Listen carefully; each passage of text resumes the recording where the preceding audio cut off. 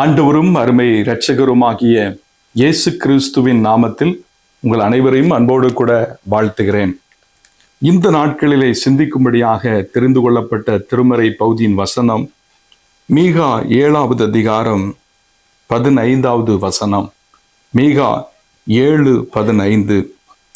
நீ எகிப்து தேசத்திலிருந்து புறப்பட்ட நாளில் நடந்தது போலவே உன்னை அதிசயங்களை காண பண்ணுவேன்.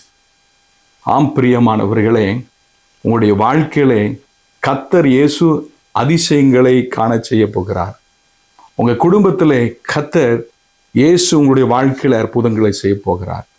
நீங்க எதிர்பார்த்திருக்கிற காரியத்திலே ஆண்டவர் இயேசு அதிசயங்களை காண செய்ய போகிறார். உங்களுடைய படிப்பின் காரியத்திலே கர்த்தர் ஒரு அற்புதத்தை காண செய்ய போகிறார். உங்களுடைய பிசினஸ்ல கர்த்தர் ஒரு அதிசயங்களை காண செய்ய போகிறார். உங்களுடைய ஊழியத்திலே கர்த்தர் அதிசயங்களை காண செய்ய போகிறார். எவ்வளவு சந்தோஷமான ஒரு வார்த்தை என்பதை பாருங்கள். வானத்தையும் பூமியை உண்டாக்கின கர்த்தர் உங்களை பார்த்துதான் இந்த நாட்களில் சொல்லுகிறார், என் அன்பு மகனே, உன்னுடைய வாழ்க்கையில் நான் அதிசயங்களை செய்ய போகிறேன். என் அன்பு மகளே, உன்னுடைய குடும்பத்தில் நான் ஒரு அதிசயங்களை காண செய்ய போகிறேன் என்று சொல்லி ஆண்டவர் வாக்கு கொடுக்கிறார். இந்த வாக்கு தத்தமானது உங்களுடையது. உங்களுக்கு தான் இது சொந்தம். உங்களுக்கு தான் ஆண்டவர் இந்த நாட்களை கொடுக்கிறார். வேற யாருக்குமே கிடையாது. உங்களை பார்த்து தான் ஆண்டவர் சொல்றாரு, உன்னை அதிசயங்களை நான் காண பண்ணுவேன் என்று சொல்லி. ஆண்டவர் உங்களுடைய வாழ்க்கையில அதிசயங்களை காண பண்ண வேண்டும் என்று சொன்னால் நீங்கள் 2வது காரியம் என்ன செய்யணும் தெரியுமா?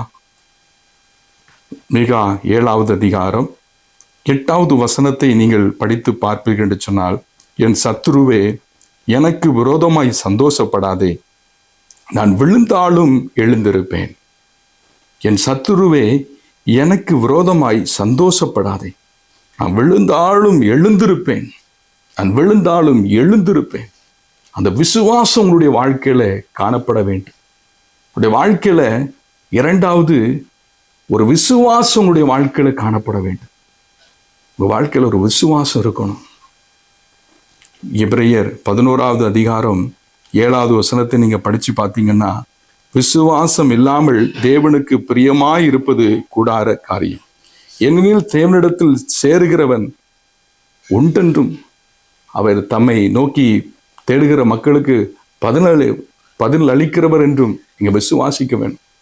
நீங்க விசுவாசித்தீங்கன்னா தான் உங்களுடைய வாழ்க்கையில, உங்களுடைய குடும்பத்துல, நீங்க எதிர்பார்த்திருக்கிற காரியத்துல ஆண்டவர் அற்புதங்களை செய்வார்.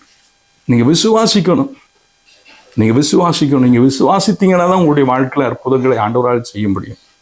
நீங்க வேதாகமத்தை திருப்பி கொண்டுவீர்கள் என்று சொன்னால், மத்தேயு 9வது அதிகாரம் 27 31 வசனம் அடங்கிய அந்த பகுதியை நீங்க படிச்சு பார்த்தீங்கன்னா, அங்க ஒரு சம்பவம் நடைபெறுகிறது.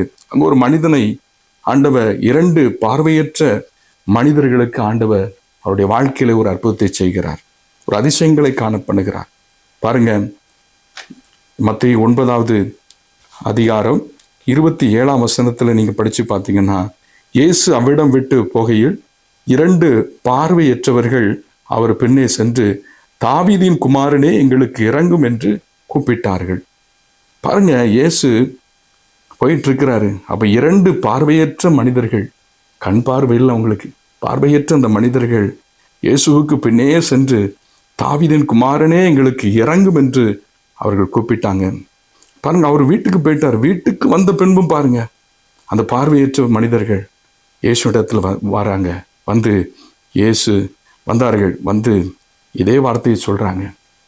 அப்பதான் ஆண்டவர் பாருங்க அவர்களை பார்த்து சொல்றாரு, இயேசு அவர்களை நோக்கி, இதை செய்ய எனக்கு வல்லமை உண்டென்று விசுவாசிக்கிறீர்களா என்று ஆண்டவர் அவர்களை பார்த்து கேட்கிறார். அதற்கு அவர்கள் சொல்றாங்க, ஆம், விசுவாசிக்கிறோம் ஆண்டவரே என்று சொல்லுகிறாங்க. சொன்ன உடனே பாருங்க, 29வது வசனத்துல, மத்தேயு 9:29 பாருங்க, அப்பொழுது அவருடைய கண்களை அவர் தொட்டு, உங்கள் விசுவாசத்தின்படி உங்களுக்கு ஆக கடவது என்று ஆண்டவர் சொல்றார். சொன்ன உடனே பாருங்க, அந்த பார்வையற்ற அந்த 2 மனிதர்களும் உடனே பார்வையை பெற்றுக்கொண்டார்கள் என்று சொல்லி பார்க்கிறோம். காரணம் என்ன தெரியுமா? அவருடைய வார்த்தையை விசுவாசித்தாங்க. அவரால் முடியும் அப்படின்னு சொல்லி விசுவாசித்தாங்க. அதனாலதான் அற்புதங்களை பெற்றுக்கொள்ள முடிந்தது. அதனாலதான் அவங்களுடைய வாழ்க்கையில கர்த்தர் ஒரு அதிசயத்தை காண பண்ணினார். அந்த வார்த்தையை கேட்டுக்கொண்டிருக்கிற உங்களையும் பார்த்த ஆண்டவர் இதே வார்த்தையோடு தான் பேசுகிறான். நீங்க விசுவாசிக்கணும். இது எப்படி நடக்கும் அப்படின்னு சொல்லி உங்களுடைய உள்ளம் பேசிக்கிட்டு இருக்கும். இதெல்லாம் நடக்காது, மருத்துவர்லாம் சொல்லிட்டாங்க, இனி அப்படிதான், இது லைஃப் லாங் இந்த வியாதியோடு தான் நான் இருக்கணும் அப்படின்னு சொல்லி உங்களுடைய உள்ளம் சொல்லும். நீங்க நம்பாதீங்க, ஆண்டோடைய வல்லமையை நம்புங்க. அவரால் முடியாத காரியம் அந்த உலகத்தில் ஒன்றுமே இல்லை. பார்வையற்றவர்களுக்கு பார்வை கொடுத்தார், நடக்க முடியாதவர்களை நடக்க வைத்தார், ஊமையர்களை பேச வைத்தார், மரித்து போன ஜனங்களை உயிரோடு கூட எழுப்பினார். அந்த தெய்வம் இன்று உயிரோடு கூட இருந்து கொண்டிருக்கிறார். அப்புறம் தான் உங்களை பார்த்து சொல்றார், உன்னை அதிசயங்களை காண பண்ணுவேன். பிரியமானவர்களே, அந்த அற்புதங்களை நீங்க பெற்றுக்கொள்ளணும்னா, அந்த அதிசயங்களை நீங்க பெற்றுக்கொள்ளணும்னா நீங்க விசுவாசிக்கணும். நீங்க விசுவாசிக்காம ஒரு காரியம் உங்களுடைய வாழ்க்கையில் நடக்காது, ஒரு காரியம் உங்களுடைய குடும்பத்தில் நடக்காது. நீங்க விசுவாசிங்க.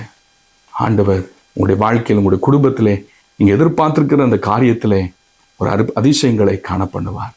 ஜெபிப்போமா. அன்பின் பிதாவே, இந்த அருமையான வேலைக்காக உமக்கு ஸ்தோத்திரம். இந்த வார்த்தையை கேட்டுக்கொண்டிருக்கிற அருமையான உடைய பிள்ளைகளுக்காக உடைய பாதத்திலே வந்து ஜெபிக்கிறேன் அப்பா. ஜெபத்தை கேட்கிறவரே, மாம்சமான யாவரும் என்னிடத்தில் வருவார்கள் என்று சொல்லப்பட்டிருக்கிறதே. ஆண்டவரே, பாரத்தோடு கவலையோடு என்னுடைய வாழ்க்கையில ஒரு அற்புதம் நடக்காதா, ஒரு அதிசயம் நடக்காதா என்று சொல்லி ஆண்டவரே உடைய பாதத்திலே வந்து இந்த வார்த்தையோடு நான் ஜெபிக்கிற அந்த ஜெபத்தோடு இணைந்து ஜெபித்து கொண்டிருக்கிற உடைய பிள்ளைகளுக்கு மனம் இறங்குங்க. அவங்க வாழ்க்கையில ஒரு அதிசயங்களை காண பண்ணுங்க. எங்களுடைய குடும்பத்துல ஒரு அதிசயங்களை காண பண்ணுங்க. இவங்களுடைய தனிப்பட்ட காரியத்துல ஒரு அதிசயங்களை காண பண்ணுங்கப்பா. நம்முடைய பிள்ளைகளுடைய விசுவாசத்தை வர்த்திக்க பண்ணுங்க. ஆண்டவரே, உடைய விசுவாசம், உடைய பிள்ளைகளுடைய விசுவாசம் இன்னும் பலப்படட்டும் சுவாமி. அந்த அதிசயங்களை நம்முடைய பிள்ளைகள் விசுவாசித்து பெற்றுக்கொள்ள கிருபையை தாரும். இயேசுவின் நாமத்தில் ஜெபிக்கிறோம் பிதாவே. ஆமேன், ஆமேன், ஆமேன். God bless you.